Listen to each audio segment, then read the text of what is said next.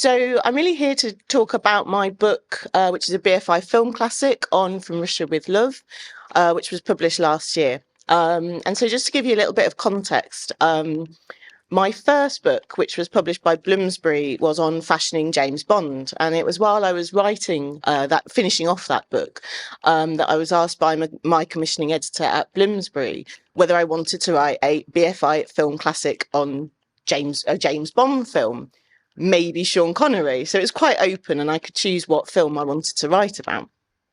And I don't know if any of you are familiar with these books, but the idea is they're quite short. They're around 25,000 words long, and they get published as part of the BFI Film Classic series. And you're supposed to argue in your book about the film you write about why it deserves classic status, which of course is quite open to interpretation. So why From Russia with Love? Well, that's mainly because it is one of my favourite James Bond films. I also would argue, which of course you can debate, it is the best James Bond film. So perhaps a little bit contentious, but anyway, that's just my opinion. But also I was aware that this would be the first James Bond film to actually feature in the BFI Film Classic series. Now, I could have written about Dr. No, but coincidentally, I knew my husband, James Chapman, was going to write a book on Dr. No for Columbia University Press, which has also been published. And I thought to myself, well, do we really need two books published at the same time on Dr. No? So then I thought to myself, well, what film?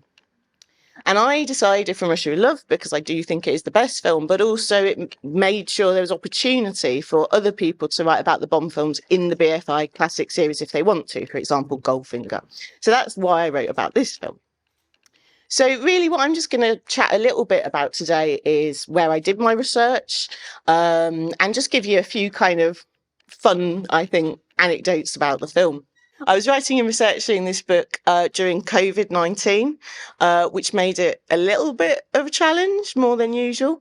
So here's just a list of the archives that I was able to access, either in person or remotely. A lot of the American archives were done remotely, and I have to say they were fantastic because they actually, during COVID-19, worked out how you could sort of go about doing that. The British archives less so. So there's just some examples there. And just here on this screen, we have a letter which is taken from the United Artists Corporation records. And what I particularly love about this letter here is it's about Dr. No. And you've got Bud Ornstein writing to David Picker, both of United Artists.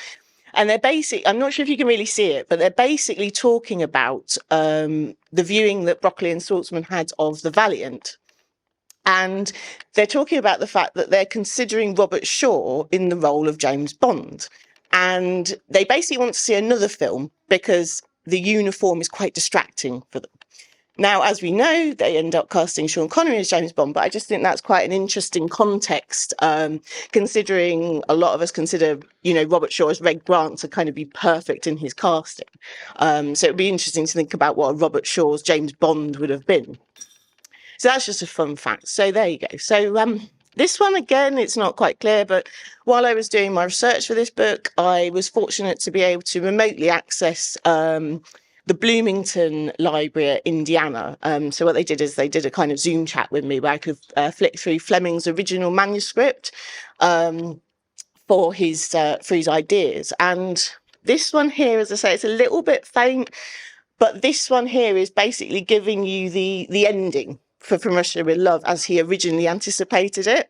And it's basically saying, so Bond, after he defeats Fraser Klebb, then Mathis pops along and basically asks if he can take Bond to lunch with him. And Bond replies, no. And he says, aha, my friend, I would be delighted, etc. And then he basically goes on to say that we shall be having dinner as usual on a train. Bond smiled grimly at the thought. And the girl, well, apart from being the most beautiful woman in Paris, she happens to be the most beautiful woman in Smurfs. And so that was the ending that he originally anticipated for the novel. At some point, he then goes on to make it more ambiguous, as we know, and then with the idea to potentially killing off Bond, and of course he then brings him back. So I just thought that was quite interesting, and he has some very interesting descriptions about Rosa Klebb throughout his manuscript. He originally refers to her as Biela Klebb, Biela, which means bread, apparently in Russian. But he also decides that a sexual neuter is someone that basically sleeps with men, women, and animals. Now, he does delete that in his final version, but he is rather strange when he comes to talk about her in particular. And so, just as another example, I was fortunate enough to be in contact with Eileen Sullivan's family while I was writing this book, and they were able to send me photographs, as you can see here on this photo. This is Eileen sightseeing in Istanbul while she's on production.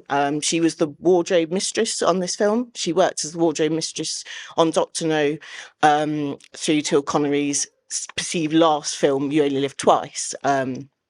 So here she is sightseeing, and what's quite fun is I never realised this, but in the film she actually has a cameo role, and that's that little video clip playing at the top there. So you can see her.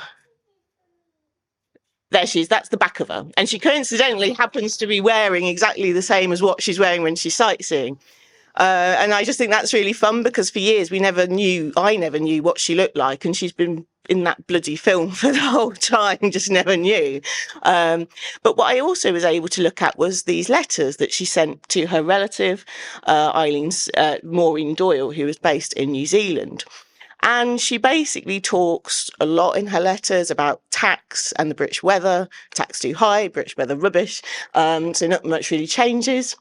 And she says, even at the top of this letter here, she goes, the cost of living is so high here in England. And though I earn good money at my job, they lop off so much in income tax because I'm a single woman that at times I think I must be supporting the royal family. So she talks about that, and she talks about time on location here. So she talks about From Russia with Love.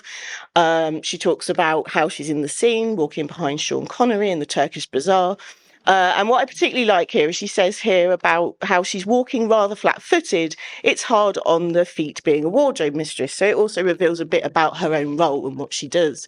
And she does go on to talk about in her other letters about how, the films are getting all rather grand now, and they're hiring costume designers and things like that. And she actually does say in one of her letters, the fat little Harry Saltzman thinks he is God. So I always think that's quite funny. So she's talking rather personally about people in her letters. So that's just a fun little tidbit. And then just really to finish, and people are welcome to ask any questions if they'd like. Another thing I got a chance to look at was the BBFC PCA records about what they wanted cut from the film. And that was quite interesting, because you probably noticed at the end of From Russia with Love, there's a kind of bit that's cut from it. And that's basically referring to this scene here, which you can see up on the screen.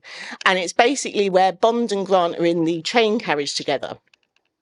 And basically where Grant suggests, best show I ever saw, what a performance.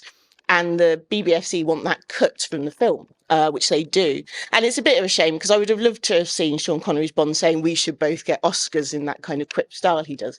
So that's just a kind of example really of the kind of things that I found out during the writing of this book that I thought would be nice to share with you with pictures today. So thanks very much. And if any questions, people are welcome to ask. Okay, does anyone have any questions at all? In which film is your favourite James Bond costumes? Oh, that's really hard. I know we have people from Octopussy here today, and those costumes are absolutely stunning. Oh, blimey. I mean, it's really difficult to answer that. I'm gonna. I really, really like. I've been speaking to people about this last night. Diamonds Are Forever.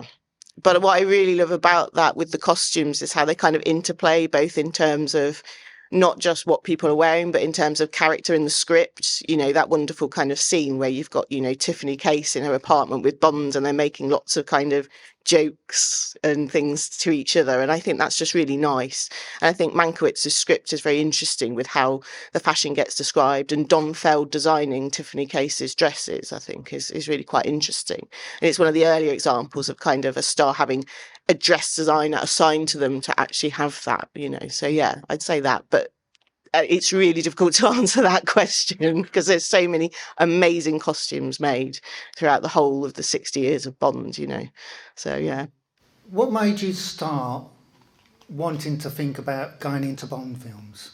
Okay, so I mean, the first Bond film I saw was Dr. No when I was around 6. My dad had this like off-air VHS copy of Dr. No, and he showed it to my brother and I one week on like a Saturday or something, and we really enjoyed it. And so the next week we watched From Russia with Love. So yeah, so that's how I got into Bond films, and I really loved From Russia with Love in particular, because what my dad didn't tell me was that there were more James Bond films and novels. So I genuinely when I watched that Orient Express fight sequence, I genuinely thought that might be the end of Bond, and that's why that film is really special to me.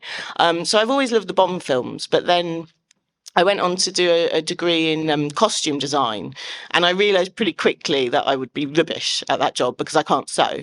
So I ended up, you know, doing various different things, and then I did my PhD and stuff. And so I ended up writing about Bond by accident because there was a bit of a competition, which I didn't win, to write about fashion design. And so I pitched this book, Fashioning James Bond, to them. And as I say, I didn't win it, but I was persuaded, well, maybe you could send it to another publisher, which I did, and they took it up.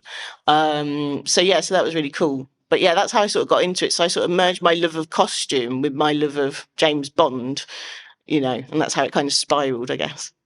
My question is, on the scene on the Orient Express when Red Grant orders red wine with fish, was that in the book or was that scripted in the film?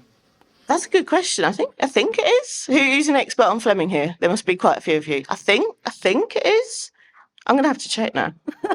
I think it is. What I will say, just before I finish, is I'm round all day today, and I'm going to be at the casino. So yeah, if you want to come up to me later and just ask and have a chat, that'd be great. So thanks. Fantastic. Thanks very much, Llewella.